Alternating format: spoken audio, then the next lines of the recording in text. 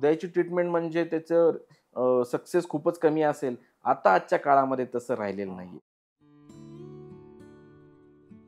की सर्वप्रथम तुम्ही घाबरून जाऊ नका. हां, हां. की पहिली रिएक्शन हीच असते, की आता काय म्हणजे प्रत्येक आजाराला लगेच सर्जरी, लगेच ऑपरेशन, लगेच बॅड प्रोग्नोसिस हे असं नसतं. ही सक्सेस रेट आज खूप छान आहे. त्याच्यामुळे हार्ट डिसीज निघाल्यानंतर न घाबरून जाता किंवा सर्जरी सांगितल्यानंतर पण न घाबरून जाता असलेल्या उपचार पद्धतीमुळे आपण खूप छानरित्या ह्या आजारांचं निदान किंवा उपचार आपण खूप चांगल्या प्रमाणे करता येतात.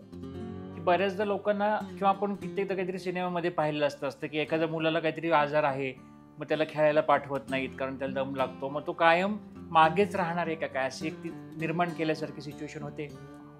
आणि सांगायला गेलं तर काय प्रत्येक बाळाला फार मोठ्या प्रमाणात सिम्प्टम्स येतात. प्रत्येक बाळाला तसं येतं असं काहीही नाही. अच्छा. ज्याला होल खूप छोट्या प्रमाणात आहे त्याला काही सिम्प्टम्स येत नाही.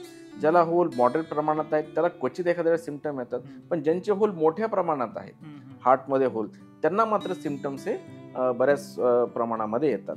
तर जी एखादी प्रेग्नंट लेडी आहे, तिचं प्रेग्नन्सी आणि हार्ट डिसीज या गोष्टींचा कसा संबंध असतो? पण ह्या दोन्ही आजारामध्ये एक गोष्ट मात्र खूप कॉमन असते, ती म्हणजे त्यांचं वजन न वाढणं.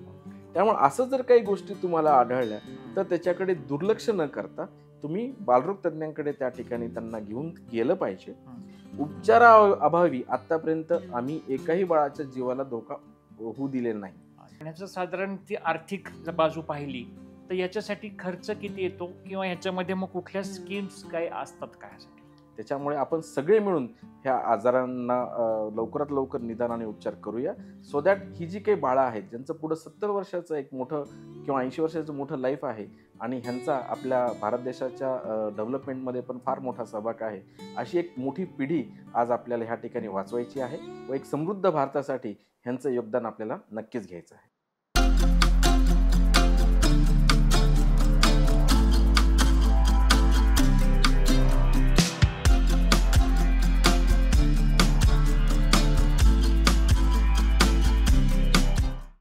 नमस्कार.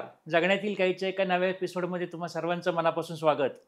आजचा आपला एपिसोड घडण्याचं खास कारण म्हणजे तुम्ही प्रेक्षकांच्याच मुळे आजचा आपण खास एपिसोड करत आहोत. हृदयावर संबंधी जे आजार असतात त्याविषयी आपल्यामध्ये खूप मनामध्ये भीती असते, गैरसमज असतात आणि कित्येक गोष्टींमध्ये आपल्याला माहिती नसते किंवा ही माहिती योग्य प्रकारे कुठून मिळेल हा सोर्स आपल्याला बऱ्याचदा माहीत नसतो. काही महिन्यांपूर्वी आपण ॲडल्ट्समधील म्हणजे मोठ्या वयाच्या माणसांमध्ये जे हृदयरोगाचे आजार होतात त्याविषयीचा एक खास एपिसोड डॉक्टर जगदीश हिरेमठ सरांबरोबर केला होता आणि त्या एपिसोडनंतर आपणा सर्वांचे खूप जास्त प्रश्न आले. पण त्यातला एक महत्त्वाचा प्रश्न एक जणांनी विचारला होता की तुम्ही मोठ्यांच्या हृदयाच्या आजाराविषयी बोलला, पण लहान मुलांचे जे हृदयाचे आजार असतात त्याविषयी आम्हाला खूप कमी माहिती आहे किंवा ह्याविषयी आम्हाला नक्कीच माहिती ऐकायला आवडेल. तर त्या प्रश्नाचा धागा गेले 2-3 महिने डोक्यामध्ये होता आणि सुदैवाने किंवा योगायोगाने म्हणता येईल एका डॉक्टरांची माझी भेट झाली आणि त्या गप्पांमधनं आमच्या चर्चांमधनं असं लक्षात आलं की अरे आपण ज्यांना शोधत होतो ते हेच ते डॉक्टर आपल्यासमोर आहेत की आज. डॉक्टर पंकज सुगावकर हे गेली साधारण 15 वर्ष पुण्यामध्ये इंटरव्हेन्शनल पेडियाट्रिक कार्डिओलॉजिस्ट म्हणून कार्यरत आहेत आणि पुण्यामधील रुबी सह्याद्रीसारख्या मोठ्या मोठ्या हॉस्पिटलबरोबर इतर अनेक हॉस्पिटलमध्ये ते व्हिजिटिंग डॉक्टर्स म्हणून आहेत आणि त्यांची स्वतःची 2 कार्डियक सेंटरसुद्धा आहेत.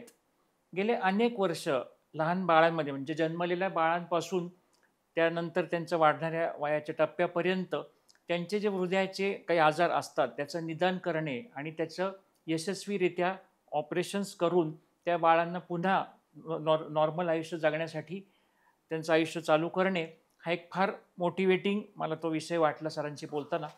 तर नक्की इंटरनॅशनल पेडियाट्रिक कार्डिओलॉजिस्ट म्हणजे काय करतात हे आपण त्यांच्याच तोंडून ऐकलं तर जास्त हा मुद्दा क्लिअर होईल मला असं वाटते. तर आपण गप्पांच्या माध्यमातून आज भेटणार आहोत आणि आपलेच सर्व नेहमीप्रमाणे प्रश्न विचारले असतील आणि या चॅनलवरती अजून आपण सबस्क्राईब केलं नसेल तर आठवणी सबस्क्राईब करा आणि या एपिसोडनंतर काही जर प्रश्न शंका असतील तर नक्की विचारा, आपण त्याचं पण उत्तर देण्याचा नक्कीच प्रयत्न करू. तर आपण आता भेटूयात डॉक्टर पंकज सुगावकर यांना. तर नमस्कार सर, आमच्या जगण्यातील काहीवर तुमचं मनापासून स्वागत. धन्यवाद. सर्वप्रथम जगण्यातील काही या पॉडकास्टमध्ये मला जे आमंत्रण मिळालं मला सहभागी होण्याची संधी मिळाली त्याबद्दल सर्वप्रथम मी आभार व्यक्त करतो. मी बेसिकली एक स्ट्रक्चरल हार्ट डिसीज पर्सन आहे, जो लहान मुलांपासून ते मोठ्यांमध्ये जे जन्मजात हृदयाचे आजार असतात तो मॅनेज करतो. म्हणजे माझा रोल हा 0 to 80 इयर्सपर्यंत पण हा येऊ शकतो. म्हणून हे माझं जे काम आहे हे स्ट्रक्चरल हार्ट डिसीजच्या माध्यमातून आत्तापर्यंत 15 वर्ष झालं चालू आहे. एक जणांचा प्रश्न आहे की जन्मताच हृदयाचे आजार म्हणजे काय असतं आणि त्याचे काय काय प्रकार असतात? सर्वप्रथम ज्यावेळेस आपला हार्टची ट्यूब फॉर्म होते, नंतर हार्टची ट्यूबची डेव्हलपमेंटमध्ये रूपांतर होतं, त्याचे कप्पे बनतात, त्या सगळ्या गोष्टी इव्हॉल्विंग होतात.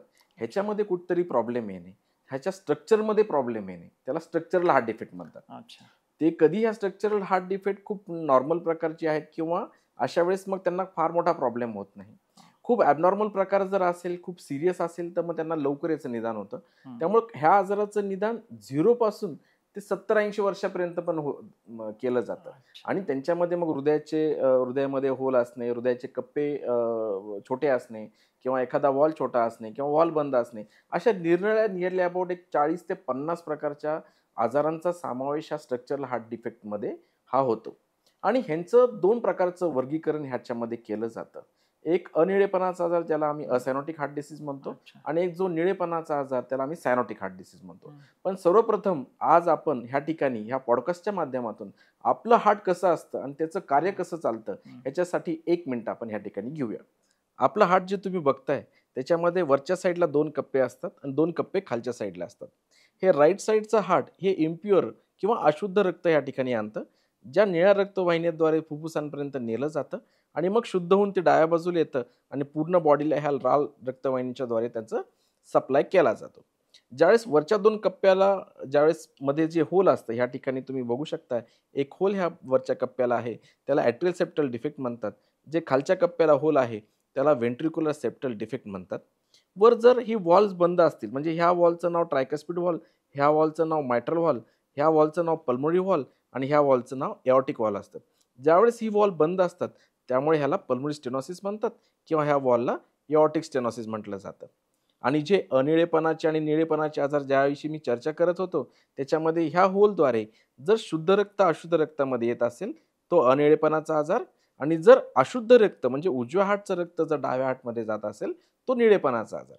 अशा रीतीने आपल्या ह्युमन हार्टचं हे कार्य चालत असतं व ह्या आजारांच्या प्रकारामध्ये अशा रीतीने त्यांची फिजिओलॉजी ही चेंज होते. हे अनिळेपणाचे आजार आणि निळेपणाचे आजार ह्यांच्या माध्यमातून मग ट्रीटमेंट मॉडॅलिटीज ही चेंज होते. काही जे रेअर प्रकारचे आजार आहेत ज्याच्यामध्ये मग डायलेटेड कार्डिओमायोपॅथी असतील, रेस्ट्रिक्टिव्ह कार्डिओमायोपॅथी म्हणजे हृदयाच्या मसलचे आजार, आणि एक रुमॅटिक हार्ट डिसीज असेल जो आताच्या डेव्हलपिंग इंडियामध्ये तसा प्रमाणात त्याचं प्रमाण हे कमी झालेलं आहे.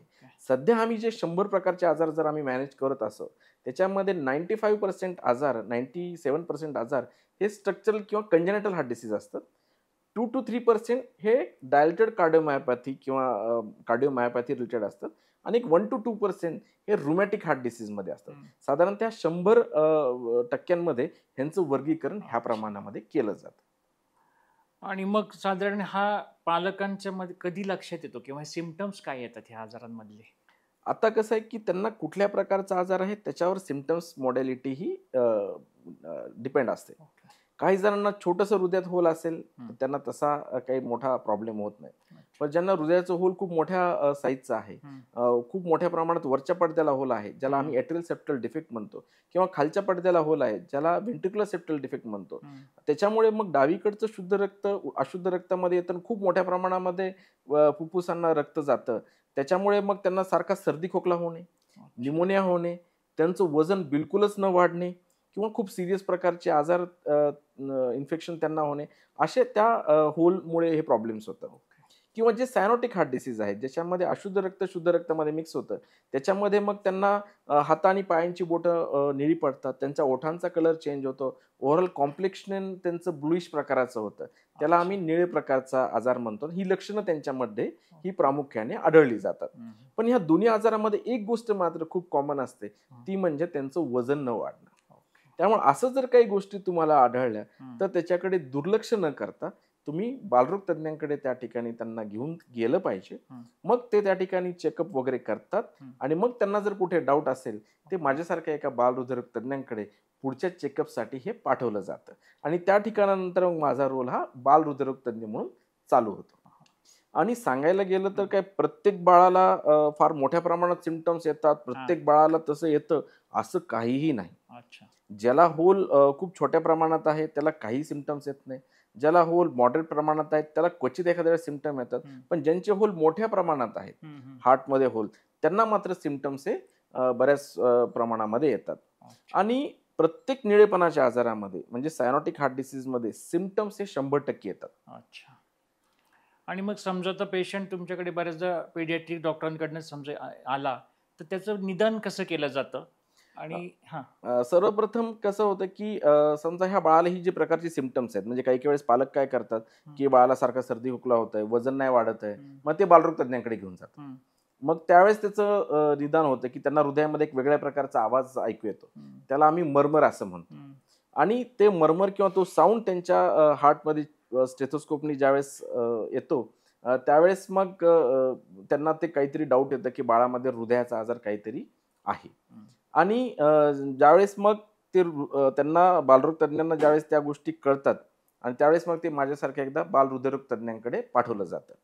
आणि जे निळेपणाचे आजार आहेत मी आधी म्हटल्याप्रमाणे त्यांना हात आणि पायाची बोटं निळे पडले, जे सिरियस प्रकारचा आजार आहे त्याच्यामध्ये तर माझ्यासारख्या बालहृदयरोग तज्ञाकडे काही वेळा डायरेक्टच पाठवलं जातं.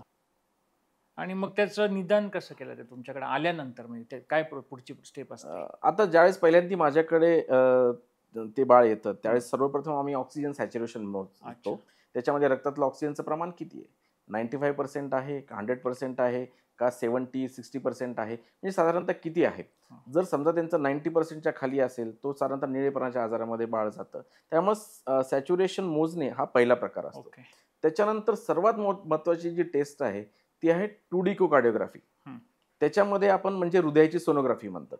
मग त्याच्यामध्ये बाळाला कुठल्या प्रकारचा आजार आहे, तो किती छोटा किंवा किती मोठा आहे, त्याला कुठल्या प्रकारच्या ट्रीटमेंटची गरज आहे किंवा गरज नाहीच आहे, किंवा त्याला कुठल्या प्रकारच्या सर्जरीची गरज आहे, कुठल्या प्रकारच्या इंटरव्हेन्शनची गरज आहे, म्हणजे त्याचं 99% प्लॅन हा 2D इकोकार्डिओग्राफीमध्ये आपण 100% करतो. राहिला 1% केसेसमध्ये ज्यावेळेस सगळ्याच गोष्टीचा 2D इकोकार्डिओग्राफीमध्ये काही वेळा कळत नाहीत, हृदयाचा मागचा भाग किंवा काही अबनॉर्मॅलिटी खूप मोठ्या प्रमाणात असेल तर त्यावेळेस आपण सिटी स्कॅन हा यूज करतो की ज्याच्यामध्ये आपल्याला 3D इकोकार्डिओग्राफीमध्ये ह्या सगळ्या गोष्टी कळतात. आणि मग त्याचा आपल्याला फायदा 3D मॉडेलचा फायदा आपण आपल्या ऑपरेशनच्या वेळेस किंवा इंटरव्हेन्शनच्या वेळेस आपण त्या ठिकाणी करतो. आणि काही काही वेळेस म्हणजे खूप रेअर त्यांचा आम्ही कार्डियाक MRI पण करतो. म्हणजे काही डायलेटेड कार्डिओमायोपॅथी म्हणजे हृदयाच्या मसल विकनेसचा जो आजार असतो त्याच्यासाठी कार्डियाक MRI पण अपार्ट फ्रॉम इकोकार्डिओग्राफी हा केला जातो. पण ह्या सर्व तपासण्यात निदान 100% होतच, म्हणजे आता हे सगळ्या प्रोसिजर हो, ह्या सर्व ह्याच्यातून आपण 100% निदान करतो म्हणजे करतोच त्याच्यामध्ये. किंवा काही फॉर एक्झाम्पल खूप रेअरेस्ट ऑफ द रेअरेस्ट ह्याच्यामध्ये की ज्यावेळेस खूप जेनेटिक काही आजार असतील त्यावेळेस जेनेटिक इव्हॅल्युएशनसाठी आपण होल एक्झॉन सिक्वेन्सिंग किंवा फॅमिलीमध्ये खूप मोठ्या प्रमाणामध्ये रिपीटेड तो आजार आढळतोय त्यावेळेस मग आपण जेनेटिक इव्हॅल्युएशन पण खूप रेअरेस्ट ऑफ द रेअर केसेसमध्ये करत असतो त्यांचं डायग्नोज करण्यासाठी.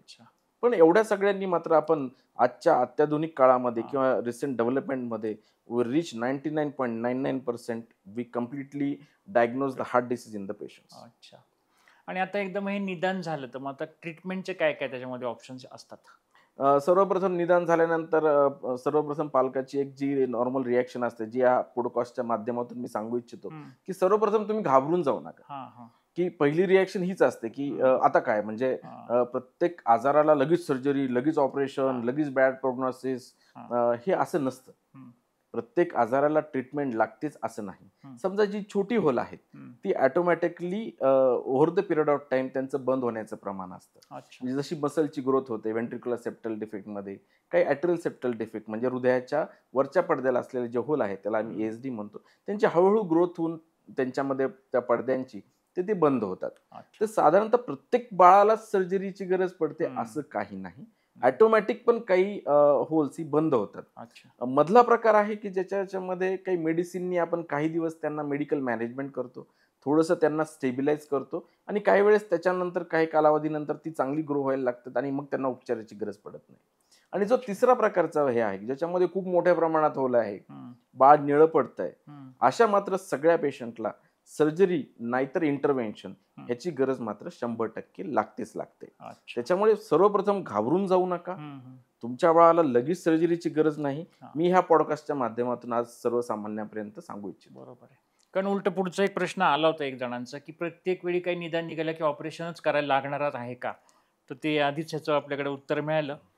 तर मग काय काय ऑप्शन्स आता जे ट्रीटमेंटचे सांगितले त्यात काय काय करतात? आता ट्रीटमेंटमध्ये सर्वप्रथम either no treatment for small problems, medium प्रॉब्लेमसाठी आपण मेडिकल मॅनेजमेंट करतो आणि सिव्हिअर प्रॉब्लेमसाठी एक इंटरव्हेन्शनचा भाग येतो आणि एक सर्जरीचा भाग येतो. तर इंटरव्हेन्शनमध्ये आपण 2 प्रकारचे इंटरव्हेन्शन्स करतो. म्हणजे हृदयातले होल आपण डिव्हाइस टाकून बंद करणे. आता मी तुम्हाला दाखवतो, तो एक आहे. आणि हृदयातले वॉल आपण बलून टाकून पण आपण तो ओपन करतो. हा ॲट्रियल सेप्टल डिफेक्ट असतो आणि ह्या डिव्हाइसचं नाव आहे ASD डिव्हाइस. समोरून बघितल्यानंतर हा डिव्हाइस असा दिसतो. ह्याला 2 प्रकारचे डिस्क असतात. हा साधारणतः एक 22 मिलीमीटरच्या आसपास आहे आणि ह्याला ह्या ठिकाणी एक स्क्रू असतो. आणि ज्यावेळेस हा बॉडीमध्ये एवढा पार्ट जातो कसा, तर हा डिव्हाइस खूप छोटा होतो बॉडीमध्ये जात असताना आणि मग बॉडीमध्ये ओपन केल्यानंतर एक साईड ओपन होते आणि नंतर ही दुसरी साईड ओपन होते. अशा रीतीने त्याचं atrial septal defect device closure ह्या डिव्हाइसच्या माध्यमातून आपण करून घेतो. दुसरा एक प्रकार आहे ह्याच्यामध्ये ज्यावेळेस वॉल्स बंद असतात त्यावेळेस आम्ही इंटरव्हेन्शनल मेथडनी हे वॉल ओपन करतो. तर ज्यावेळेस आम्ही हा पर्टिक्युलर वॉल वायरच्या साहाय्याने क्रॉस करतो त्या वायरवर हा बलून त्या ठिकाणी घेतला जातो व बाहेरून त्या बलूनला असं इन्फ्लेट त्या ठिकाणी केलं जातं त्या ह्याच्यामध्ये आणि तो वॉल जो बंद असतो त्या ठिकाणी ओपन केला जातो व नंतर ह्याच्यामधलं वॉटर आणि डाय काढून घेतला तर हा बलून डिफ्लेट होतो आणि त्याच्यानंतर हा पूर्ण बलून बॉडीच्या मधून बाहेर काढला जातो. अशा रीतीने हे बलून डायलेटेशनची मेथड आज एक खूप छान प्रकारचं वरदान आज या ठिकाणी आहे, ज्याद्वारे ही बंद असलेली वॉल्स खूप छानरित्या ओपन करता येतात. तर साधारणतः ह्या बलून आणि ह्या डिव्हाइस ह्या 2 मेथडनी आपण ह्या आजारांचे उपचार केले जातात. हा इंटरव्हेन्शन मेथडनी. राहिला प्रकार हा सर्जिकल मेथड्स, म्हणजे काही होल्ससाठी, खूप मोठ्या हृदयातल्या होल्ससाठी ज्यावेळेस आमची इंटरव्हेन्शन मेथड त्यासाठी चांगली नाहीये किंवा सुटेबल नाहीये, तो अॅनाटॉमी आमच्या इंटरव्हेन्शनसाठी सुटेबल नाहीये, अशा वेळेस सर्जनची मदत घेतली जाते. आणि प्रत्येक निळेपणाच्या आजारासाठी मात्र ओपन हार्ट सर्जरी ही लागतेच लागते. पण मी हा आनंदाने यावेळेस सांगू इच्छितोय की आम्ही जे काही आतापर्यंत 7,500 हार्ट ऑपरेशन्स आम्ही आमच्या पुण्यातील हॉस्पिटलमध्ये केली, त्याच्यामध्ये आम्ही एक 4,000 हार्ट ऑपरेशन्स आम्ही पायाच्या शिरेमार्फत केली. त्याला आम्ही इंटरव्हेन्शन मेथड म्हणा, काही लोक त्याला बटन सर्जरी म्हणतात, त्याला डिव्हाइस क्लोजर म्हटलं जातं, काही लोक त्याला लेझर सर्जरी पण म्हटलं जातं. ह्या सगळ्यांचा अर्थ हा एकच. त्याच्याद्वारे आम्ही आतापर्यंत जी काही 4,000 बाळांची हार्ट ऑपरेशन्स केली त्याच्यामध्ये we don't have a single mortality. So our success rate is 99.99% आपण सक्सेस रेट दिलेला आहे. हा सांगण्याचं तात्पर्य आज ह्या ठिकाणी आहे की हृदयाची ट्रीटमेंट म्हणजे त्याचं सक्सेस खूपच कमी असेल, आता आजच्या काळामध्ये तसं राहिलेलं नाहीये. रिसेंटली आम्ही प्रीमॅच्युअर बेबीजमध्ये पण आम्ही इंटरव्हेन्शन्स करायला सुरुवात केलेली आहे, ज्याच्यामध्ये सगळ्यात छोटं बाळ आज आमच्याकडे 1100 ग्रॅमर आहे आणि ते बच्चू पण आज 1-2.5 वर्षापर्यंत त्याचं वय झालेलं आहे. आणि सर्जरीमध्ये पण with the help of our good surgeons आणि किंवा recent development of post cardiac care ह्याच्यामध्ये पण आपल्याला 96 to 97% पर्यंत सक्सेस रेट त्या ठिकाणी मिळालेला आहे. आणि ह्याच्यामधून एकच गोष्ट जी अधोरेखित मला करायची आहे की त्यामध्ये की सक्सेस रेट आज खूप छान आहे. त्याच्यामुळे हार्ट डिसीज निघाल्यानंतर न घाबरून जाता किंवा सर्जरी सांगितल्यानंतर पण न घाबरून जाता असलेल्या उपचार पद्धतीमुळे आपण खूप छानरित्या ह्या आजारांचं निदान किंवा उपचार आपण खूप चांगल्या प्रमाणे करता येतात. आणि एक चांगली गोष्ट म्हणजे साधारणतः ह्या सगळ्या आजारांच्या प्रकारामध्ये 95 to 98% ऑफ द टाइम बाळांची रिकव्हरी ही 100% होते. तुम्ही जर मला विचारलं की आमचं बाळ उद्या स्पर्धा परीक्षा किंवा स्पर्धा खेळांमध्ये भाग घेऊ शकतं का, तर त्याचं उत्तर हे 100% येस आहे. म्हणजे don't have a residual problems in their heart. ती एक खूप चांगली जमेची बाजू आहे. म्हणजे काही ASD सारखे आजार जे आहेत, जे आपण उपचार केल्यानंतर त्यांना परत काही उपचारांची गरज पडत नाही. म्हणजे वयाच्या 80-90 वर्षापर्यंत त्यांना कुठल्याही उपचारांची गरज नाही किंवा त्यांना फॉलोअपची पण शक्यतो नंतर फार रेअरली गरज पडते. त्याच्यामुळे 100% रिकव्हरी, 100% प्रोग्नोसिस अशा आजारांचा आहे आणि ते आज आपण ह्या ठिकाणी करत आहोत. हा फार महत्त्वाचा मुद्दा होता. म्हणजे आपल्या चर्चेतनं गप्पातनं निघत गेला, की बऱ्याचदा लोकांना किंवा आपण कित्येकदा काहीतरी सिनेमामध्ये पाहिलेलं असतं, की एखाद्या मुलाला काहीतरी आजार आहे, मग त्याला खेळायला पाठवत नाहीत कारण त्याला दम लागतो. मग तो कायम मागेच राहणार आहे का काय, अशी एक ती निर्माण केल्यासारखी सिच्युएशन होते. पण हा फार पॉझिटिव्ह म्हणजे आता ह्या येस. ॲडव्हान्स्ड काळाची आपण त्याला देणगी म्हणायची. आता ओपन हार्ट सर्जरी हा विषय ह्याच्यातच आपण कव्हर केला.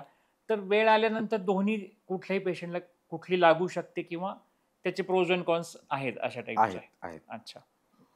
आणि हायब्रिड सर्जरी असा विषय आपला त्या दिवशी बोलताना चालला होता. तर तो हो. काय विषय आहे? एक आता ह्याच्या आधीचा जो प्रश्न होता, की प्रोज अँड कॉन्स काय हां. आहेत? तर डिव्हाइस क्लोजरमध्ये प्रोज खूप छान आहेत. हं. म्हणजे आपण बाळांना आज जर ॲडमिट केलं, हां. तर विदिन 36 अवर्स बाळ घरी जातं. अच्छा. आणि आपण पायाच्या शिरेमार्फत एक फिमोरल व्हेनद्वारे किंवा फिमोरल आर्टरीद्वारे आपण त्या एंटर करतो हं. आणि त्या ठिकाणी कुठल्याही प्रकारचा स्टिच नसतो. अच्छा. म्हणजे स्टिचलेस सर्जरी त्याच्यामध्ये केली जाते. विदिन 36 अवर्स तुम्ही घरी जाता. कुणालाही भविष्यात त्याच्यावर बॉडीवर मार्क राहत नाही. एक फार मोठ्या प्रकारचं वरदान आहे. हं. कॉन्समध्ये एखाद दुसरं गोष्टी आहे हं. ज्याच्यामध्ये डिव्हाइस पडायचे चान्सेस असतात किंवा एखाद्यास ओपन हार्ट सर्जरी लागायचे चान्सेस असतात. बट ते प्रमाण हार्डली 1% आहे. अच्छा. आणि आमच्या केसेसमध्ये it is 0.1% only. So 99.9% no problems at all. अच्छा. इंटरव्हेन्शन मेथड विषयी आपण आता हे बोललो. हं. जे सर्जिकल याच्यामध्ये प्रोज जे आहेत ते खूप छान आहेत. हं. कॉन्समध्ये कधी कधी त्यांच्या जीवाला थोडासा धोका हा होऊ शकतो. कारण सर्जरी ही नेहमी काही कॉम्प्लेक्स पेशंटसाठी केली जाते. हां, राईट. त्याच्यामुळे depending on the underlying anatomy कशा प्रकारची बॅड आहे हं. त्याच्याप्रमाणे तुम्हाला सक्सेस रेट कमी किंवा जास्त त्याच्यामध्ये मिळण्याचे चान्सेस असतात. राईट. आणि आता हा जो दुसरा प्रश्न होता की हायब्रिड सर्जरी म्हणजे काय? हं. हायब्रिड हा वर्ड येतो 2 लोकांच्या संपर्कातून. हं. त्याच्यामध्ये एक येतो तो पिडियाट्रिक कार्डिओलॉजिस्ट आणि दुसरे येतात तर पिडियाट्रिक कार्डियाक सर्जन. त्याच्यामुळे काही आजार जे असतात म्हणजे समजा 5 किलोचं बाळ आहे, त्याच्या हृदयाच्या खालच्या पडद्याला 10 मिलीमीटरचं होल आहे. ते होल आम्ही पायाच्या शिरेमार्फत बंद करू शकत नाही कारण त्यासाठी लागणारं शीत हे खूप मोठ्या प्रमाणात असतं, मोठ्या साईजचं असतं. पण अशा वेळेस मग आपण सर्जनची मदत घेतो. ओपन हार्ट सर्जरी केली जाते. डायरेक्टली स्टर्नोटॉमी करून आपण हार्ट एक्सपोज करतो. पण ह्या ठिकाणी हार्ट थांबवलेलं जात नाही. अच्छा. बीटिंग हार्टवरच डायरेक्टली आपण पंक्चर करतो आणि त्या ठिकाणी डिव्हाइस बसवतो. आणि नंतर झाल्यानंतर चेस्ट हे केली जाते आणि ह्याचा फायदा असा होतो की ह्याला ओपन हार्ट सर्जरीमध्ये जो हार्ट कम्प्लिटली थांबवलं जातं, हं. जे बायपासवर घेतलं जातं, तो इन्सल्ट खूप व्हायचे चान्सेस नसतात. हं. आणि the same time intervention plus surgical ह्या दोघांचं अच्छा. जे हायब्रिड मॉडेल आहे त्याच्यामध्ये बाळांचा डिस्चार्ज हा 3 ते 4 दिवसामध्येच होतो. म्हणजे अच्छा. त्याच्यामध्ये हृदय थांबवायची गरज नाही आणि it is under the very control condition. हं. म्हणजे उद्या काही इंटरव्हेन्शन करताना काही प्रॉब्लेम झाला तर surgeon will be the stand by. So we can directly go to the direct open heart surgery आणि त्याच्यामध्ये तो गोष्टी आपण सॉल्व्ह करू शकतो. अशाप्रमाणे आम्ही पुण्यामध्ये आतापर्यंत 3 हायब्रिड ऑपरेशन्स केले बरं. आणि आमच्या तिन्ही हायब्रिड ऑपरेशन्स आज ह्या ठिकाणी चांगले आहेत. त्यातलं पहिलं बाळ होतं 1.2 किलोचं, दुसरा बेबी होता साधारणतः 4.2 किलोचा आणि थर्ड पण आमचं जे बाळ होतं ते 3.8 किलोचं होतं. आणि आमचे तिन्ही हायब्रिड सर्जरीज आज ह्या पुणे ह्या ठिकाणी जे पहिल्यांदी घडल्या लास्ट सो मेनी इयर्स त्याच्यामध्ये आम्हाला 100% सक्सेस रेट आज या ठिकाणी मिळालेला आहे. अच्छा. तर ते पुढचा विषय जो आपण आधी विषय मी काढला होता, की ह्या सर्व प्रकारामध्ये लोकांना आता ही माहिती मिळाली. पण ह्याचं साधारण ती आर्थिक बाजू पाहिली, तर याच्यासाठी खर्च किती येतो किंवा ह्याच्यामध्ये मग कुठल्या स्कीम्स काय असतात का ह्यासाठी? हो, कारण आता कुठलाही आजार डायग्नोज झाला की रिलेटिव्हजना टेन्शन येतच. हं. कारण उपचाराची पद्धती हं. आणि बऱ्याचदा ही स्ट्रक्चरल हार्ट डिसीजसाठी तुम्हाला इन्शुरन्स पण काही वेळेस उपलब्ध होत नाही लगेचच्या हं. लगेचमध्ये. तर अशा वेळेस साधारणतः इंटरव्हेन्शनल मेथडमध्ये साधारणतः डिव्हाइस क्लोजरसाठी किंवा बलून डायलिटेशनसाठी एक 2 ते 3 लाख रुपयापर्यंत खर्च येतो. तोच खर्च सर्जिकलसाठी साधारणतः 3 ते 5 लाखापर्यंत जातो. जेवढं बाळ छोटं किंवा लेस दॅन 6 मंथ्स बच्चूसाठी तो खर्च हा वाढला जातो. कारण त्यांना तेवढा ड्युरेशन ऑफ स्टे हॉस्पिटलमध्ये लागतो. हं. त्याच्यामुळे आणि ह्या सगळ्या गोष्टींमध्ये काही गव्हर्नमेंटच्या स्कीम्स आज आमच्याकडे आहेत. त्याच्यामध्ये MPGY स्कीम आहे, जी महाराष्ट्र शासनाची स्कीम आहे किंवा आमच्याकडे काही रोटरी क्लब आहेत, जो आम्हाला काही केसेसमध्ये हेल्प करतं. काही NGOज त्या ठिकाणी हेल्प करतात. अशा बऱ्याच साऱ्या NGOजच्या मदतीने आम्ही तुमच्या काही जी आवश्यक ती कागदपत्र घेत असतो आणि त्याच्यावर आम्ही फंड रेझिंग करतो. त्याच्यामुळे कुठल्या आजारासाठी म्हणजे तुम्हाला उपलब्धच मदत होत नाही, तुमचं फारच सिरियस प्रॉब्लेम आहे, उपचाराअभावी आतापर्यंत आम्ही एकाही बाळाच्या जीवाला धोका होऊ दिलेला नाही. आणि त्याच्यामध्ये असं नाही किंवा रिलेटिव्हला प्रॉब्लेम आहे मग त्याचे उपचार थांबलेत, असं मागच्या 12 वर्षामध्ये एकाही पेशंटचं झालेलं नाही. तो आम्ही रिलेटिव्हजना त्यासाठी पण खूप मदत करत असतो आणि आम्ही पण त्यांच्यासाठी फंड रेझिंग करतो आणि ह्या आजाराला 100% बरं करायचा मदत करतो आणि फायनान्शियली पण, इमोशनली पण आणि अकॅडमिकली पण आम्ही त्याचं कम्प्लिटली हेल्प त्या ठिकाणी करत असतो. अच्छा. कारण हा फार महत्त्वाचा मुद्दा आहे, कारण ह्यासाठी बऱ्याचदा लोकांचा आणि आपला हा जो पॉडकास्ट मेनली असतो, तो आम्ही लहान गावामध्ये बरेच वर्ष प्रॅक्टिस केल्यानंतर कित्येकांचे हे प्रश्न असतात, की तिथे त्यांना कुणाला विचारायचे हे प्रश्न किंवा कित्येकदा माहिती नीट नसते. त्यामुळे लोकांचं ट्रीटमेंट घेण्यामागचा जरा कमी राहतो पुढाकार घेताना. आता एक महत्त्वाचा प्रश्न एक जणांनी पाठवलेला आहे, की आता हे आपण जन्म झालेल्या सगळ्या बाळांविषयी बोलतोय हा सगळा विषय. बरोबर आहे. तर जी एखादी प्रेग्नंट लेडी आहे, तिचं प्रेग्नन्सी आणि हार्ट डिसीज ह्या गोष्टींचा कसा संबंध असतो? सर्वप्रथम ज्यावेळेस ह्या पहिल्या बाळाला हृदयाचा प्रॉब्लेम येतो, त्यावेळेस दुसऱ्या बाळाला होण्याचं पर्सेंट हे 3 to 5% असतं. अच्छा. जर दुसऱ्या बाळाला हृदयाचा आजार झाला तर तिसऱ्या बाळासाठी हे गोष्टी 5 to 10% पर्यंत जातात. आणि प्रेग्नन्सीमध्ये ज्यावेळेस ॲनोमली स्कॅन होतो साधारणतः 18 to 20 वीक्समध्ये, त्यावेळेस हृदयाला 4 कप्पे आहेत का, त्याच्यामध्ये कुठल्या कप्प्यांमध्ये गॅप आहे का, किंवा एखादा कप्पा छोटाच आहे, एखादा वॉल डेव्हलपच झालेला नाहीये, ह्याचं निराकरण आपण प्रेग्नन्सीमध्ये निदान करत असतो. आणि जर 18 to 20 वीक्समध्ये जर त्यासाठी काही प्रॉब्लेम आढळला, त्याचा फायदा हा होत असतो की हा आजार खरंच पुढे जाऊन सस्टेन करणार आहे का नाही आहे. समजा एकाला हृदयाचा कप्पाच नाही, हायपोप्लास्टिक लेफ्ट हार्ट सारखे डिसीजेस ज्याच्यामध्ये पूर्ण लेफ्ट साईडची बाजू म्हणजे लेफ्ट व्हेंट्रिकल, त्यापासून बाहेर निघालेला एऑर्टा, ह्या सगळ्या गोष्टी त्याच्या याच्यामध्ये छोट्या असतात. त्यामुळे अशा बाळांना आम्ही काही वेळेस टर्मिनेशन करायला सांगतो.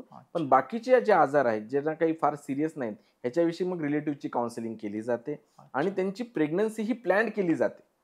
म्हणजे तुम्हाला इन्स्टिट्यूशनल डिलिव्हरी केली जाते, तुमच्यासाठी पिडियाट्रिशियन बॅकअप त्या ठिकाणी असतो, माझ्यासारख्या पिडियाट्रिक कार्डिओलॉजिस्ट त्या ठिकाणी संपर्कात असतो. त्यामुळे बाळ बाहेर आल्यानंतर जी काही ट्रीटमेंट व्यवस्था जी आपल्याला लवकरात लवकर करायची असते ती ह्या अनुषंगाने खूप चांगल्या रीतीने होते. त्यामुळे प्रेग्नन्सीमध्ये हार्ट डिसीज डायग्नोज होणं हे सगळ्यांसाठीच खूप चांगलं आहे. म्हणजे त्यासाठी आई वडीलही प्रिपेअर असतात, डॉक्टर्सही प्रिपेअर असतात. त्याच्यामुळे जे ओव्हरऑल प्रोग्नोसिस आपल्याला बाहेर आल्यानंतर मिळणार आहे ते खूप पटीने चांगल्या प्रमाणे होतं आणि त्याचा फायदा मात्र नक्कीच पॅरेंट्सला, इव्हन डॉक्टरांना पण त्याचा खूप मदत होते. त्याच्यामुळे ॲनोमली स्कॅनमध्ये किंवा त्याच्यावर एखाद्या वेळेस लागलं तर फिटल इकोमध्ये ह्या गोष्टींचा आपण 100% डायग्नोज करायचा प्रयत्न हा करत असतो. काही काही ज्या गोष्टीत आपण ज्या बाळांना हृदयाचे आजार होऊच नाही ह्याच्यासाठी मदरमध्ये शुगर कंट्रोलमध्ये असणं, त्यांच्यामध्ये कुठल्या व्यसन जी करत असतील तर त्यांना त्यापासून आपण अवॉइड करायला सांगतो. सिगरेट स्मोकिंग किंवा अल्कोहोल याचं प्रमाण आपण कम्प्लिटली स्टॉप करायला सांगतो. डायबेटिक आपण इन कंट्रोल ठेवतो किंवा काही जेनेटिक आजार आधीच्या प्रेग्नन्सीमध्ये आढळले असतील तर त्याच्यावेळेस आपण मग ते पोटातलं पाणी काढून त्याला पण डायग्नोज करायचा प्रयत्न करतो.